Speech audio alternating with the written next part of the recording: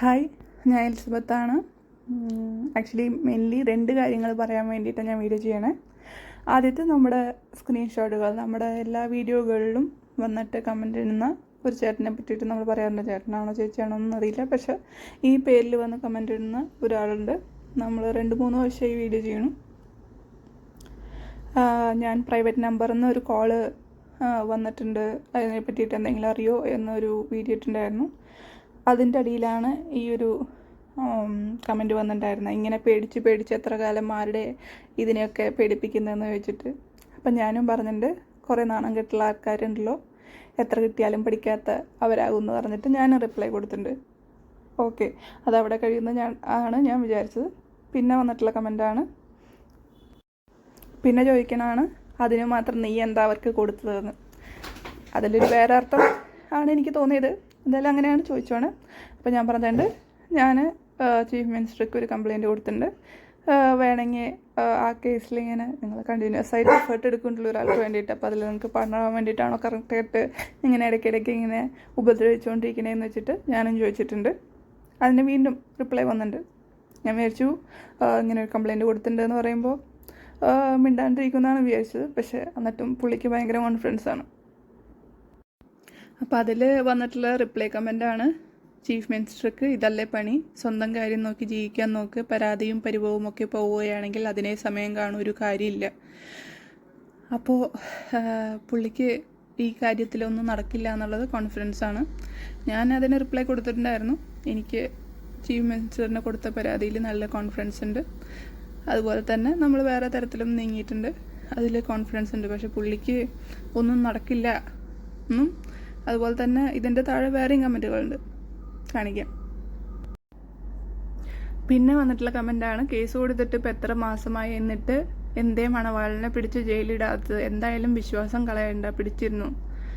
Actually ഒന്നുമില്ലെങ്കിലും പുള്ളി മണവാളനാന്ന് പറയുന്നുണ്ട്. ചില ആൾക്കാർ അതും പറയുന്നില്ല, എന്നിട്ട് വേറെ പറയാണ്ട് പുതിയ ഇതിലേക്കൊക്കെ പോയിട്ടുണ്ട്. അതല്ല വേറെ രസം. ആക്ച്വലി ഇന്നെ ഒരു അഡ്വക്കേറ്റ് ആക്ച്വലി ചില സോഷ്യൽ മീഡിയ ആൾക്കാർ വഴി നമ്മളതിനെ കോണ്ടാക്ട് ചെയ്തിട്ടുണ്ടായിരുന്നു. അതായത് അന്ന് 2 മാസവും 3 മാസം മുമ്പ് ഞാൻ തോന്നുന്നു ഞാൻ ആദ്യമായിട്ട് ഇതിനെ പറ്റിയിട്ട് വീഡിയോ ഇടുന്നത്. അപ്പോൾ ആ വീഡിയോ കണ്ടിട്ട് അവരൊരു പരാതി കൊടുത്തിട്ടുണ്ടെന്ന് പറഞ്ഞിട്ട്, അപ്പോൾ അവരെ വിളിപ്പിക്കുന്നൊക്കെ പറഞ്ഞിട്ടുള്ള ഒരു സംഭവം, പേടിക്കണ്ടെന്നൊക്കെ പറഞ്ഞിട്ടൊരു മെസ്സേജ് അയച്ചിട്ടുണ്ടായിരുന്നു. ഇപ്പോൾ അതിനുള്ളൊരു റിപ്ലൈ കിട്ടിയെന്ന് പറഞ്ഞിട്ട് അവരെനിക്ക് ആ ഒരു അതിനെ അവരെ കുറേ ഓടിപ്പിച്ചിട്ട്, അതായത് ഇങ്ങനെ കുറേ ഓടിപ്പിച്ചു എന്നും. ആക്ച്വലി ആൾ ബാംഗ്ലൂരിലുള്ളൊരു സ്ത്രീയാണ്. അവരിനെ കുറേ തവണ നടത്തിപ്പിച്ചു. അതുപോലെ തന്നെ ഞാൻ ഓപ്പോസിറ്റ് പറഞ്ഞ ആളുടെ മുമ്പിൽ വെച്ചിട്ട് മൊഴി പറയണമെന്നൊക്കെ നിർബന്ധിച്ചു. അങ്ങനെ ഓപ്പോസിറ്റ് നിൽക്കുന്ന ആളിനെ പേടിയാണ്, വരാൻ പറ്റില്ല എന്ന് പറഞ്ഞപ്പോൾ എന്താ ജൂറിസ്ഡിക്ഷൻ വേറെയാന്ന് പറഞ്ഞിട്ട് അവിടെ നിന്ന് തിരിച്ചയച്ചു. അങ്ങനെ കുറേ സംഭവങ്ങൾ അവർ പറഞ്ഞു. എന്നിട്ട് ലാസ്റ്റ് അവർക്ക് കിട്ടിയ റിപ്ലൈയും കൂടിയിട്ട് പറഞ്ഞിട്ടുണ്ടായിരുന്നു. ഞാൻ റിപ്ലൈയുടെ ഒരു ചെറിയ കണ്ടൻറ്റ് ഞാൻ പറയാം, ഒരു ചെറിയ ഉള്ളടക്കം ഞാൻ പറയാം. അതിൽ പറഞ്ഞിട്ടുള്ളത്, മുൻ ഭർത്താവായ ഇന്നയാൾ. മുൻ ഭർത്താവായിട്ടുള്ള ഇന്നയാൾ എന്ന് പറഞ്ഞാൽ, ഒന്ന് ആള് പറയണു ഇന്നെ കല്യാണം കഴിച്ചിട്ടില്ല എന്ന്. പിന്നെ മാത്രമല്ല, മുൻ ഭർത്താവാൻ ഇന്നെ ഡിവോഴ്സും ചെയ്തിട്ടില്ല. ഈ ടി വിയിൽ വേറെ കല്യാണം കഴിക്കുമ്പോൾ പഴയ ഭാര്യ ആണെങ്കിൽ ആ ഭാര്യ അല്ലാണ്ടാവുമോ എന്നുള്ള എൻ്റെ ഒരു ഡൗട്ടാണ്. അല്ലെങ്കിൽ പിന്നെ എല്ലാവരെയും പറ്റിച്ചിട്ട്, ഇനിയും പറ്റിച്ച്, നാട്ടുകാരനെയും പറ്റിച്ചിട്ട് അത് ഇതാക്കി. പക്ഷെ എന്നാലും പോലീസിൻ്റെ റിപ്പോർട്ട് വരുമ്പോൾ മുൻ ഭാര്യ എന്ന് എഴുതുമ്പോൾ അതിനൊരു ഒരു ഇത് വേണ്ടേ? മുൻ ഭാര്യ എന്ന് എങ്ങനെയാണ് പറഞ്ഞത്? ഒന്നെങ്കിൽ ഭാര്യ എന്ന് ഉറപ്പ് വേണം. അത് അവർക്ക് ഉറപ്പുള്ള കാരനാണ് മുൻ ഭാര്യ എന്ന് എഴുതിയെന്ന് തോന്നുന്നു. മുൻ ഭാര്യ എന്ന് പറഞ്ഞിട്ട് അങ്ങനെയാണെങ്കിൽ ഡിവേഴ്സ് വേണം. ഡിവേഴ്സ് ഞങ്ങൾ തമ്മിൽ നടന്നിട്ടില്ല. അപ്പോൾ അതൊക്കെ എന്തിൻ്റെ അടിസ്ഥാനത്തിലാണെന്ന് അറിയില്ല. പിന്നെ ആ റിപ്പോർട്ടിൽ പറഞ്ഞിട്ടുള്ളത്, ഞാൻ പാലാരിവട്ടം സ്റ്റേഷനിൽ പോയിട്ട് കംപ്ലയിൻറ്റ് കൊടുത്തിട്ടില്ല. അതായത് അവർ തപ്പി ഞാൻ കൊടുത്ത കംപ്ലയിൻറ്റുകൾ ഉണ്ടോയെന്ന്. പക്ഷേ അവർക്ക് പരാതികളൊന്നും കാണാൻ സാധിച്ചില്ല. ഇനി കംപ്ലയിൻറ്റ് കൊടുക്കുകയാണെങ്കിൽ അവർ സ്വീകരിക്കും എന്ന് പറഞ്ഞിട്ടാണ് ആ ഒരു ഇത് ഈ ഒരു അഡ്വക്കേറ്റിനെ കൊടുത്തോണേ. അതായത് അന്ന് ഞാനൊരു വീഡിയോ ഇട്ടുണ്ടായിരുന്നല്ലോ, എൻ്റെ പരാതി സ്വീകരിച്ചില്ല, അതുപോലെ തന്നെ നിങ്ങളുടെ വീട്ടിലത്തെ പ്രശ്നം നിങ്ങൾ തന്നെ തീർക്കണം എന്ന് പറഞ്ഞിട്ട് ഇന്നെ പോലീസ് സ്റ്റേഷനിൽ നിന്ന് ഇറക്കി വിട്ടു എന്ന് ഞാൻ പറഞ്ഞിട്ടുണ്ടായിരുന്നു. അപ്പോൾ സെയിം തിങ് ഞാനും പറഞ്ഞു, അവിടെ പരാതി എടുത്തു എന്ന് ഞാനും പറഞ്ഞിട്ടില്ല, എൻ്റെ പരാതി എടുത്തിട്ടില്ല എന്ന് തന്നെ ഞാൻ പറഞ്ഞത്. അപ്പോൾ എടുക്കാത്ത പരാതി എങ്ങനെയാണ് അവർ തപ്പിയാൽ കിട്ടണമെന്ന് എനിക്ക് മനസ്സിലാവണില്ല. പിന്നെ ഞാൻ ഓൾറെഡി ഇപ്പോൾ വേറെ പല സ്ഥലത്തും പരാതി കൊടുത്തിട്ടുണ്ട്. സോ ഇനിക്ക് അവിടെ പോയി പരാതി കൊടുക്കേണ്ട ആവശ്യമില്ല. അപ്പോൾ ഇപ്പോഴും എന്തോ വൈരാഗ്യം വെച്ചിട്ടാണ് ഈ സംഭവം ചെയ്യണേ എന്നാണ് എനിക്ക് തോന്നണേ. ഒന്ന് മുൻ ഭാര്യ എന്നുള്ള ഇത് എനിക്ക് ശരിയാണോ എന്ന് തോന്നണില്ല.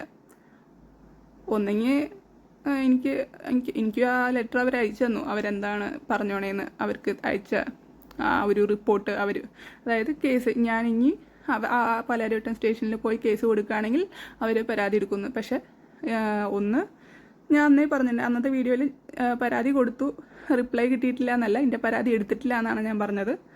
2, മാത്രമല്ല ജോഷി എന്ന് പറഞ്ഞൊരാൾ, അയാൾ പാലാരിവട്ടം സ്റ്റേഷനിൽ നിന്ന് ആണ് വിളിക്കണേന്ന് പറഞ്ഞിട്ടാണ് എന്നെ വിളിച്ചിട്ടുള്ളത്.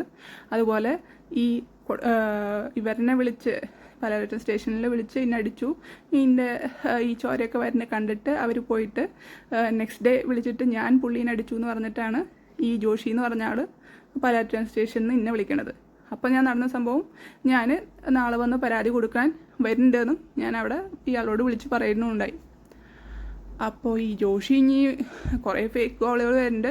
ഞാൻ ജോഷി ഇതിൽ വരാത്ത ആളാണോ എന്നൊക്കെ അറിയില്ല, പക്ഷേ നമ്പർ എൻ്റെ കയ്യിലുണ്ട്. അതുപോലെ തന്നെ എനിക്ക് വേറെ കുറച്ച് തെളിവുകളുണ്ട്.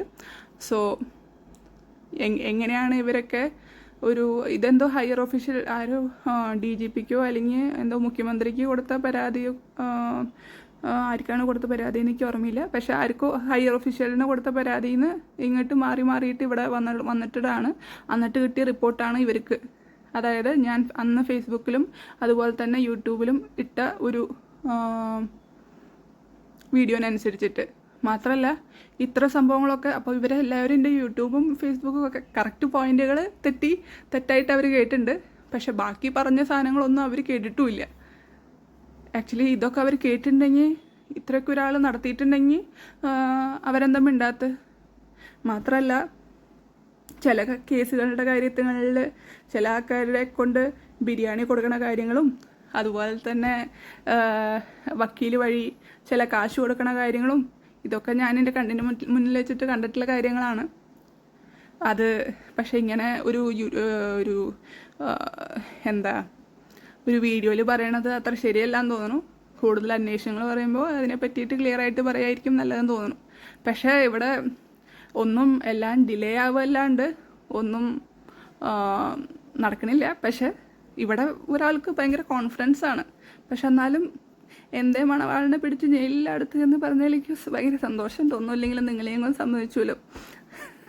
മണവാളിനാണ് അതിൽ ഭയങ്കര സമാധാനമുണ്ട്. നിങ്ങളും എന്തായാലും കളിയാക്കാൻ വേണ്ടിയിട്ടാണെങ്കിൽ അങ്ങനെ പറഞ്ഞതിൽ വളരെ സന്തോഷമുണ്ട്. എന്താ നടക്കണേന്ന് എനിക്ക് വലിയ ബോധമൊന്നുമില്ല. സംഭവം ആരുടെ ഭാഗത്താണ് നിൽക്കണേന്ന് ഒരു പിടുത്തുമില്ല. നമ്മുടെ നല്ലതാ ഇങ്ങനെ കേസ് നീണ്ടു പോകുമ്പോൾ നമ്മുടെ കാശും ഇങ്ങനെ പൊക്കോണ്ടിരിക്കുന്നുണ്ട്. നോർമൽ ഈ എന്താ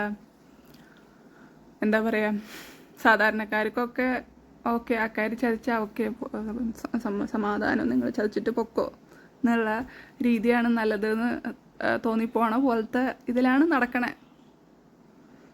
എന്തായാലും ആകട്ടെ, എന്തായാലും നീതി മാക്സിമം കിട്ടുന്ന വരെ നടക്കും, നോക്കാം. പിന്നെ ഇടയ്ക്കൊക്കെ എന്നെ അന്വേഷിക്കണം, സെയിം ഡയലോഗ്. Okay, by.